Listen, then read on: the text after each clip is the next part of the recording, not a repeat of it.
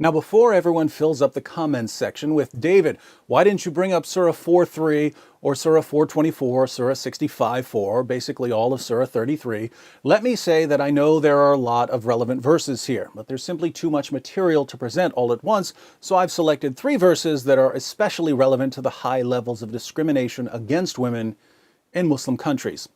First, Surah 2, verse 282 of the Quran is an outrageously long verse dealing with contracts. But there's an interesting part in the middle that says, "And get 2 witnesses out of your own men, and if there are not 2 men available, then a man and 2 women, such as you agree for witnesses, so that if one of them, one of the 2 women, errs, the other can remind her. If 2 men aren't available as witnesses, then get a man and 2 women." Here we find the Islamic principle that the testimony of a woman is worth half the testimony of a man. Why is this? Muhammad explains in Sahih al-Bukhari 2658. The Prophet said, "Isn't the witness of a woman equal to half of that of a man?" The women said, "Yes." He said, "This is because of the deficiency of a woman's mind." The testimony of women is unreliable because women are, by nature, stupid.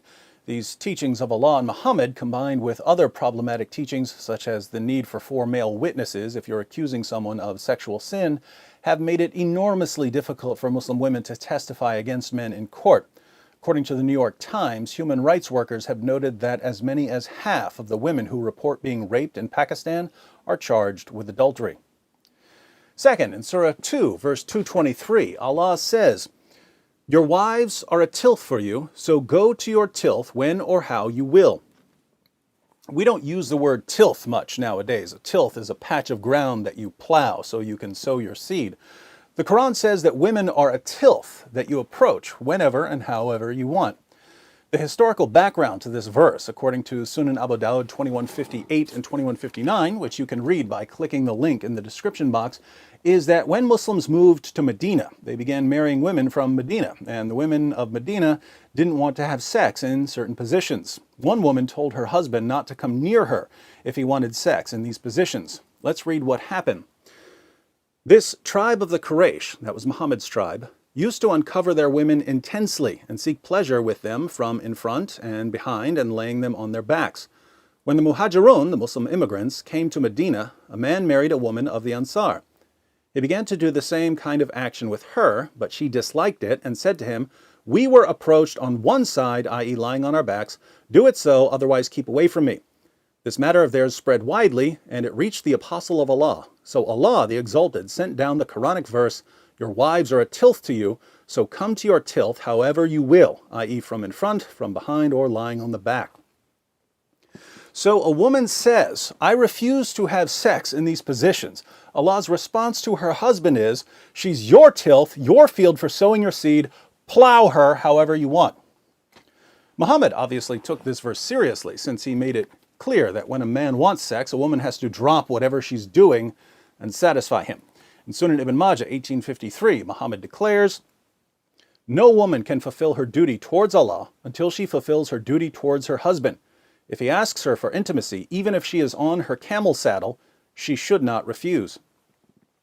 In Jami at-Tirmidhi 1160, Muhammad adds, "When a man calls his wife to fulfill his need, then let her come, even if she is at the oven."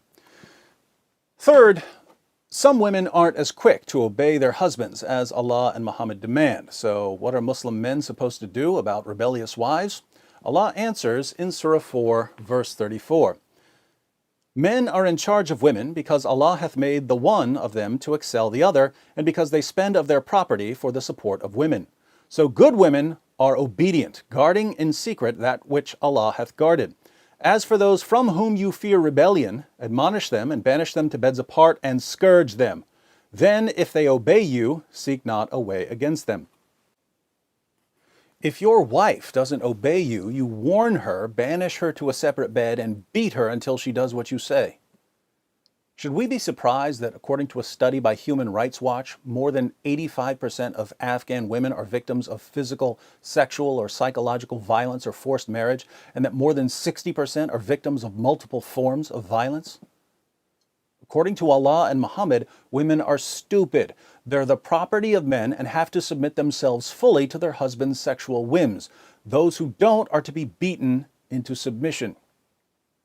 Numerous studies show the real-world impact of these teachings, and yet we're told by politicians, reporters, and Muslim groups that the discrimination against women in Muslim countries has nothing to do with Islam.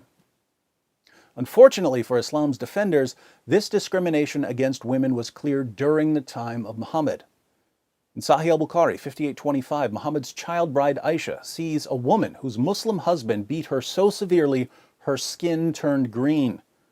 Aisha takes the woman to Muhammad and says, "I have not seen any woman suffering as much as the believing women. Look, her skin is greener than her clothes." This is Aisha, Muhammad's favorite wife, who's called the mother of the faithful, saying that Muslim women were being treated worse than pagan women. Why were Muslim women being treated so horribly? Here's why. And if you're expecting Muhammad to punish the man who beat his wife until her skin turned green, you haven't been listening. Muhammad rebuked the woman for being a bad wife.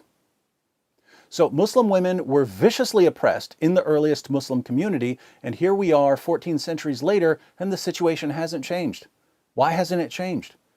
Because many Muslim communities today take that first Muslim community as their model.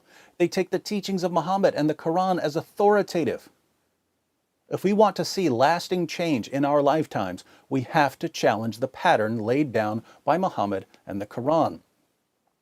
So learn these 3 verses, share them with your friends, share the video. You can get all of the verses and all of the sources I quoted by clicking the link below. And if you haven't subscribed yet, you have 5 seconds to click this subscribe button.